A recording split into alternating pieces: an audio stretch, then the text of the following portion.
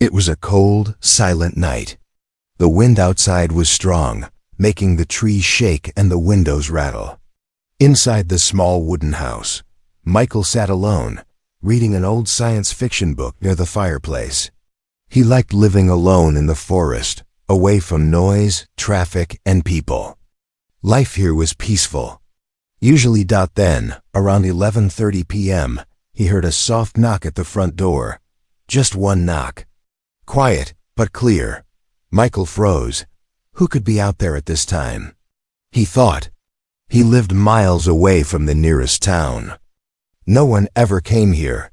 He stood up slowly, walked to the door, and looked through the peephole. But there was nothing. Just darkness and trees. Another knock. This time, a bit louder. He took a deep breath, unlocked the door, and opened it. There she was. A little girl, maybe 8 or 9 years old. She stood barefoot on the wooden porch, wearing only a thin, dirty dress. Her face was pale. Her eyes looked empty, like she hadn't slept in days. She said nothing. She didn't cry. She didn't ask for help. She just looked at him, straight into his eyes. Michael felt something strange. He had seen poor kids before, but this was different. Something about her presence felt heavy. "Hey, are you lost?" he asked gently. She didn't answer.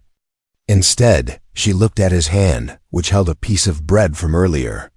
Her eyes followed it like a hungry animal. "You're hungry," he said. She gave the tiniest nod. He stepped aside. "Come in."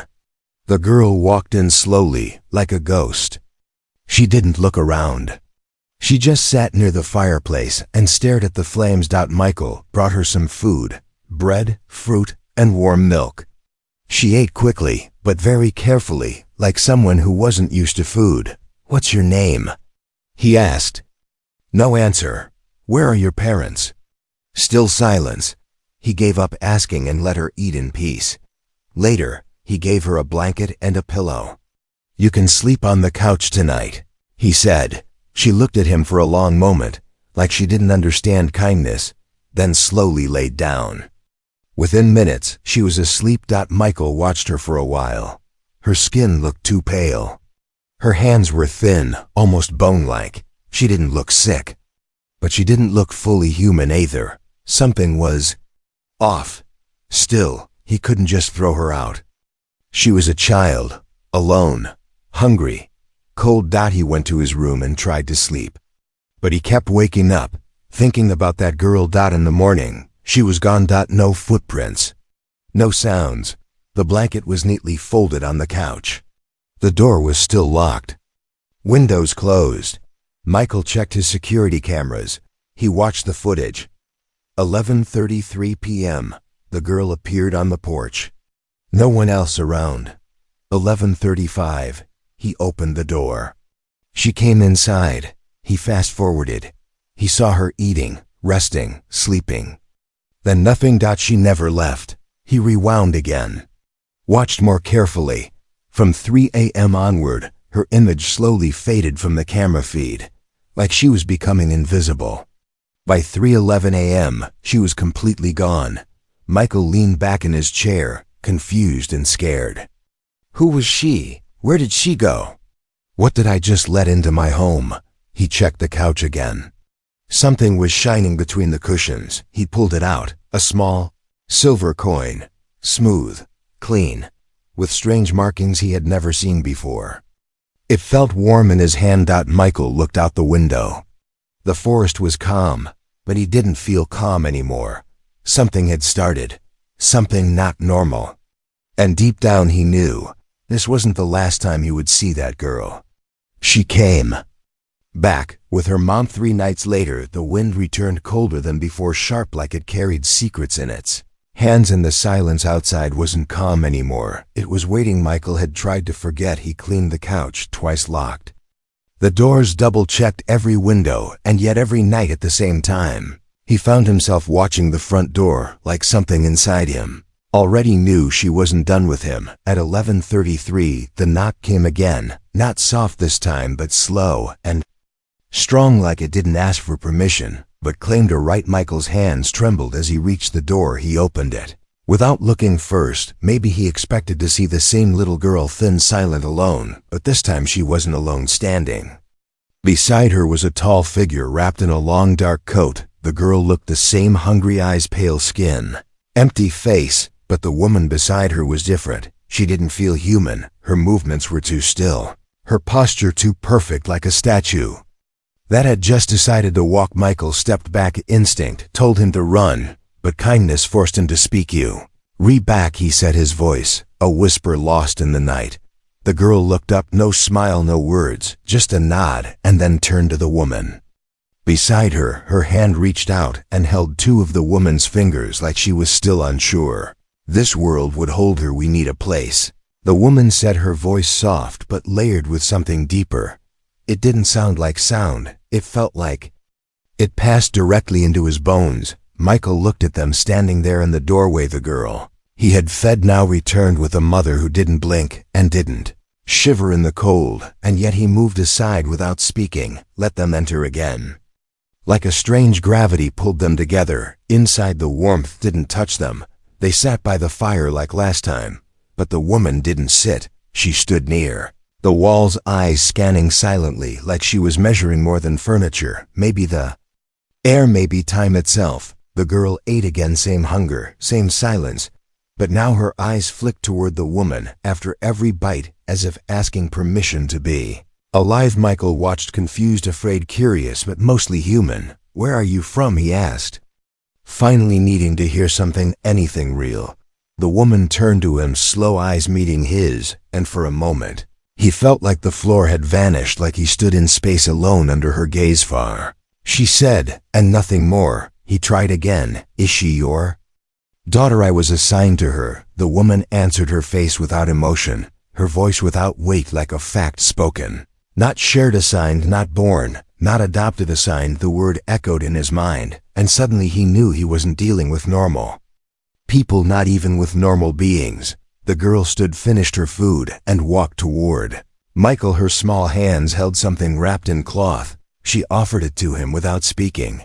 He opened it. Inside was the silver coin he had found earlier, but now it was glowing faintly, pulsing with light like a tiny heartbeat he hadn't noticed before, and there was something new etched into it, a symbol he couldn't read, but somehow understood. Protection. Before he could ask more, the woman stepped closer. "She trusts you. That is rare and dangerous." "Dangerous? Why?" he asked. "Because they are looking for us now, and they will come through you. Is they? You'll see." And with that, the fire flickered hard, the shadows stretched along the walls, and the woman's eyes glowed for one short second, not like a reflection, but like something inside her looked out. Michael felt the air change, heavier, tighter, like the house was being watched from every direction. Woman spoke again. "Tomorrow, you decide if we stay. But tonight we must rest." Michael didn't sleep that night. He sat awake in his chair, the silver coin in one hand, the girl sleeping quietly on the couch, the woman standing motionless by the window, like a sentinel from a war no one remembered. And outside, beyond the trees, something was moving, not walking, not flying, but shifting, waiting, hunting. "They are not from here." Morning didn't feel like morning anymore. The sky was too still, the birds too quiet, the air too slow, like everything had paused to listen. Michael stepped outside, eyes searching the forest. Nothing moved, but he could feel something watching, not near, not far, just present. Back inside, the girl was awake, silent, as usual, sitting on the floor beside the cold fireplace, hands folded, eyes locked on a small object, glowing faintly in her lap. It was the silver coin again, but now lines were forming across it, glowing like a slow sunrise. Woman stood in the same place she had stood all night, near the window, unmoving, watching. Without blinking, her body human, her presence not. Michael couldn't take it anymore. He needed answers, he needed truth. "What are you?" he asked, his voice quiet but sharp. The woman turned to face him, her eyes calm, ancient, tired, not with age but with knowing too much. "We are what came after," she said. "We were not born from flesh.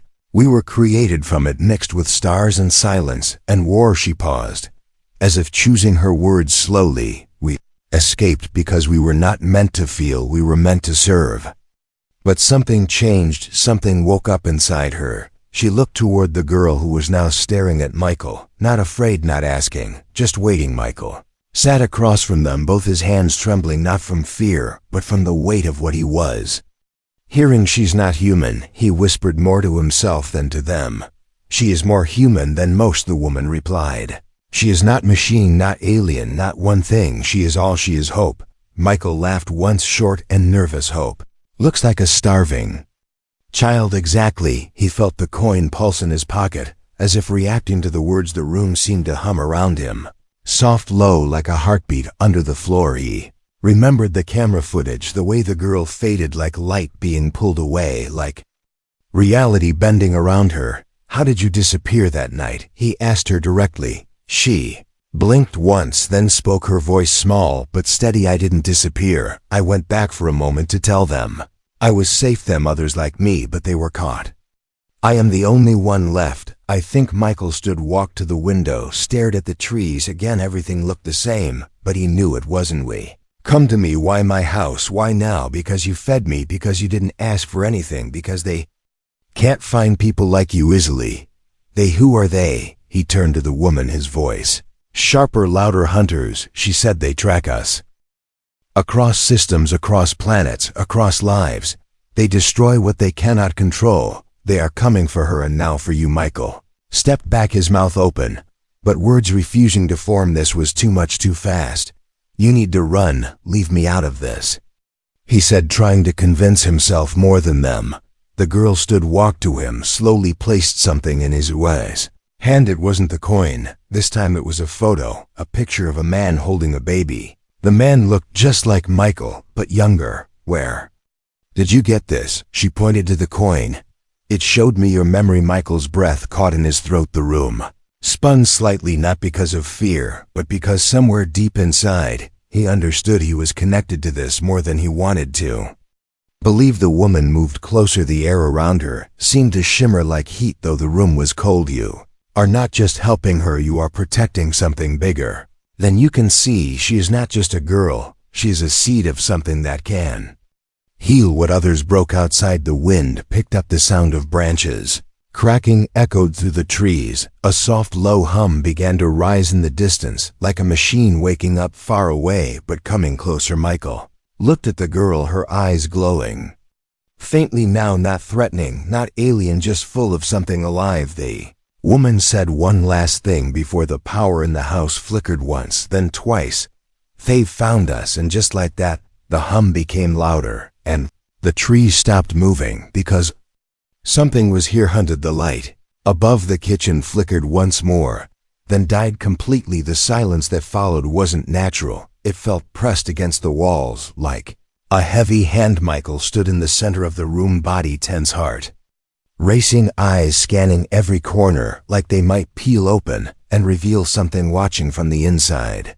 Girl stood near the doorway, her head tilted, slightly listening, not with ears, but with something deeper. Her fingers gripped the coin, glowing brighter than before, pulsing faster, like it was afraid. The woman didn't move, her face unchanged, her eyes locked on the ceiling, as if she could see through it, as if something up there was already looking down.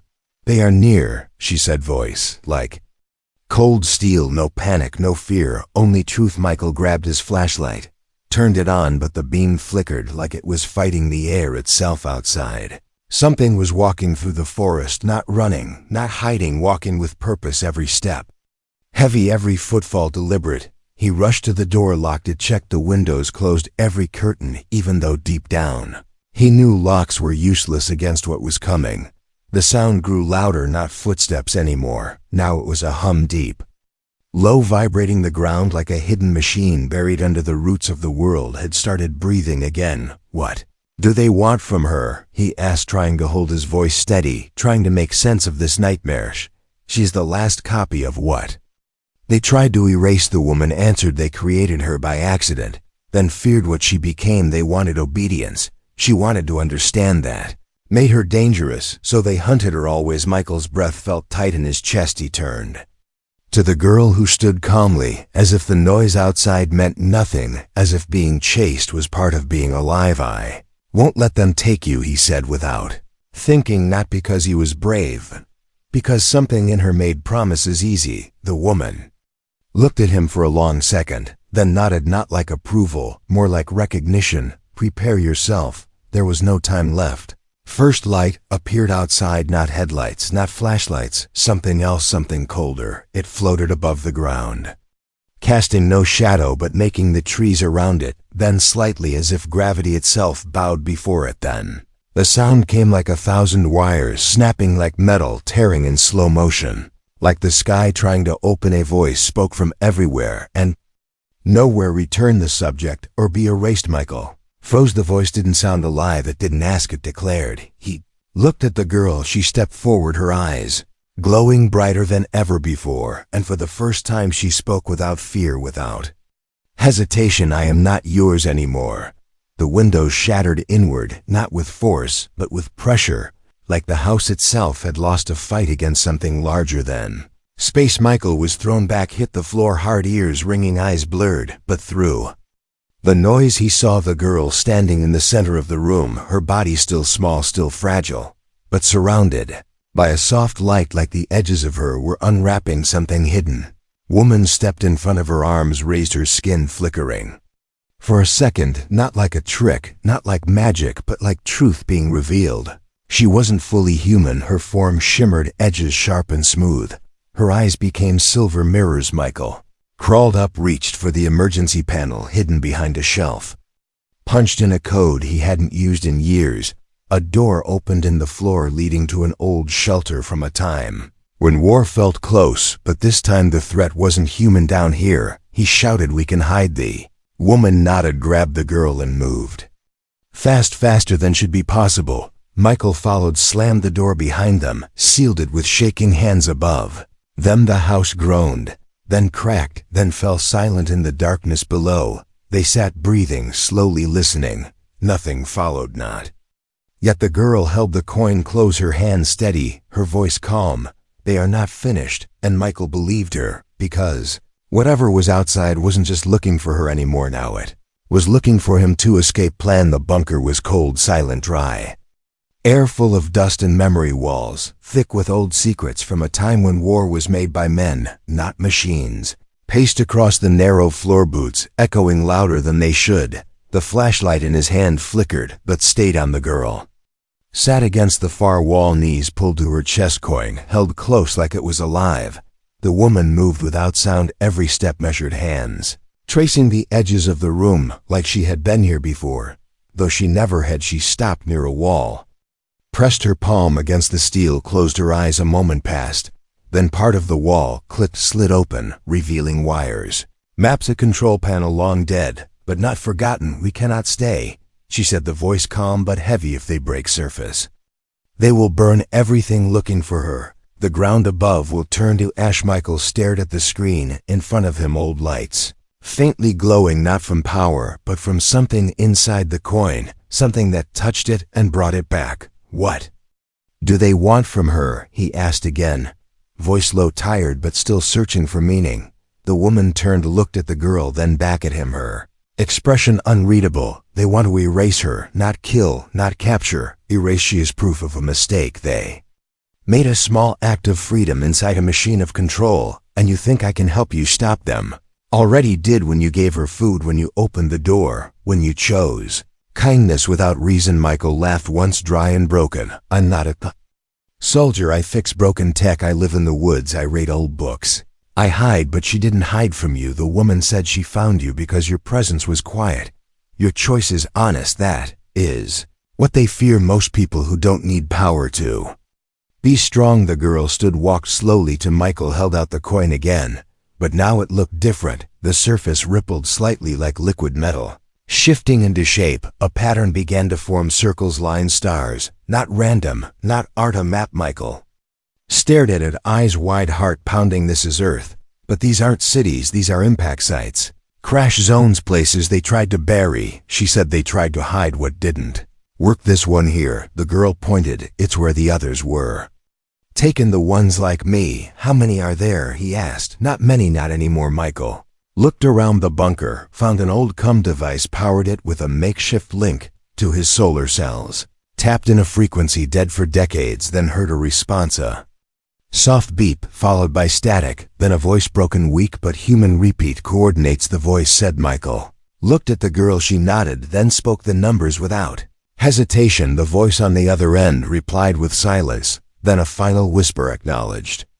"We thought you were gone." The woman closed the panel, the wall sealed behind her. She turned to Michael. "We must move before nightfall. Their second wave is always worse." Michael grabbed a backpack, filled it with tools, batteries, water, then stopped, looked at her. "Where do we go?" Not where, she said, but who. She opened a small hatch in the back of the bunker. Behind it, a tunnel, long, dark, cold. It led down, not out. The air smelled of stone and time. Girl walked first, steps light, coin in hand, lighting the path ahead. Michael followed, not sure if he was running from something or toward something new. Behind them the surface cracked again, machines above, digging, scanning, burning. But they were already below, out of reach for now. They walked for hours through silence, through echo, through memory, until they reached an old door, metal, thick with rust, words faded, but still clear. "Property of Earth, Union Defense Archive level, red entry denied." The woman stepped forward, placed the coin in the lock. Not a key, not a code, but a signal. The door opened slowly, painfully, with a sound like history waking up inside. The room walls were lined with old machines, dormant, but not dead, files, sealed in crystal lights, still blinking once every minute, like they were counting time since the last visitor. The girl stepped inside, stopped, looked around, eyes wide, not afraid this time, but full of recognition. "This is where I was made." Michael stepped beside her, looked at the frozen data, looked at the maps, looked at the empty chair in the center of the room. "What happens now?" The woman walked to the console, placed her hand on it, watched as the lights responded slowly, cautiously. "Now," she said, "we stop running. Now we build the signal before they destroy the sky itself." A new home light returned before the sound did, a warm, slow light like morning, remembering how to rise, touching broken wires, melted walls, scorched ground, not with fire but with breath. House was gone, or maybe never. They're just outlines of where it stood, where it kept them warm, where it kept them human. For one final night, Michael opened his eyes, not quickly, not sharply, but slowly, like waking from a sleep too deep to hold. Only peace filled his chest, no fear, no confusion, just silence. Sat up the sky above him, no longer burning, no longer heavy blue like the first day of spring, clean, soft, stretching forever. Beside him the girl stood, small, still, real, her eyes wide, her face calm. She smiled, and it was the first time he saw her do that. Not a little one, not a ghost of emotion, a full smile, one that stayed. "We stop them," she said, her voice clear, her hand still holding the coin, no longer glowing, now quiet, now resting. Looked around, nothing remained of the machines, nothing metal, nothing sharp, only grass, fresh and green, rising from black soil. The ground had healed. The woman walked toward him, her steps light, her face softer now, less like steel, more like sky. She no longer shimmered, no longer needed to. She belonged. "Now they cannot come back," she said, "not here, not now." The signal reached beyond them, called the others, called something old, something watching. They ran from that sound, not because it was loud, but because it was true. Michael stood slowly, his legs weak but sure, his eyes still searching for something broken, but finding only stillness. "Where are we?" he asked. "Not far from where you were, but far from where they found us. This place is hidden, kept safe, not by walls, but by memory, by choice." She looked toward the girl who now sat in the grass, picking a small flower, her hands gentle, her fingers learning what it meant to hold life, not fear it. "She will stay here," the woman said. "This world fits her, she fits it." "And me?" he asked. "What do I do now?" "Whatever you choose. There is no mission left, no chase, no hunters, no commands, just moments, just the day and the next and the one after that." Looked at his hands, scarred, dirty, marked by things he never asked for, but earned anyway. "I think I'll stay." He built a new house, not big, not sharp, just enough wood and light, a garden out back, a small bench under the trees where the girl liked to sit in the sun and hum songs that had no words. The woman came and went, always walking, never lost, never lay her eyes still watching the sky, not in fear, but in patience. Sometimes at night, Michael would sit alone, look up and wonder how close they came to losing everything without ever knowing. But then she would laugh behind him, the girl chasing wind through the grass, her footsteps light and free, and he would remember. Night she sat beside him, looked up at the stars, her voice barely a whisper. You saved me because you were kind, no reason, no reward, just kind. He nodded, said nothing, just watched the stars move. Like rivers across the sky, she leaned her head on his shoulder, her breath calm, her heart steady. She was not built to be a daughter, but she became one. He was not born to be a father, but he became one. Not by blood, but by choice, and sometimes that is what saves the world.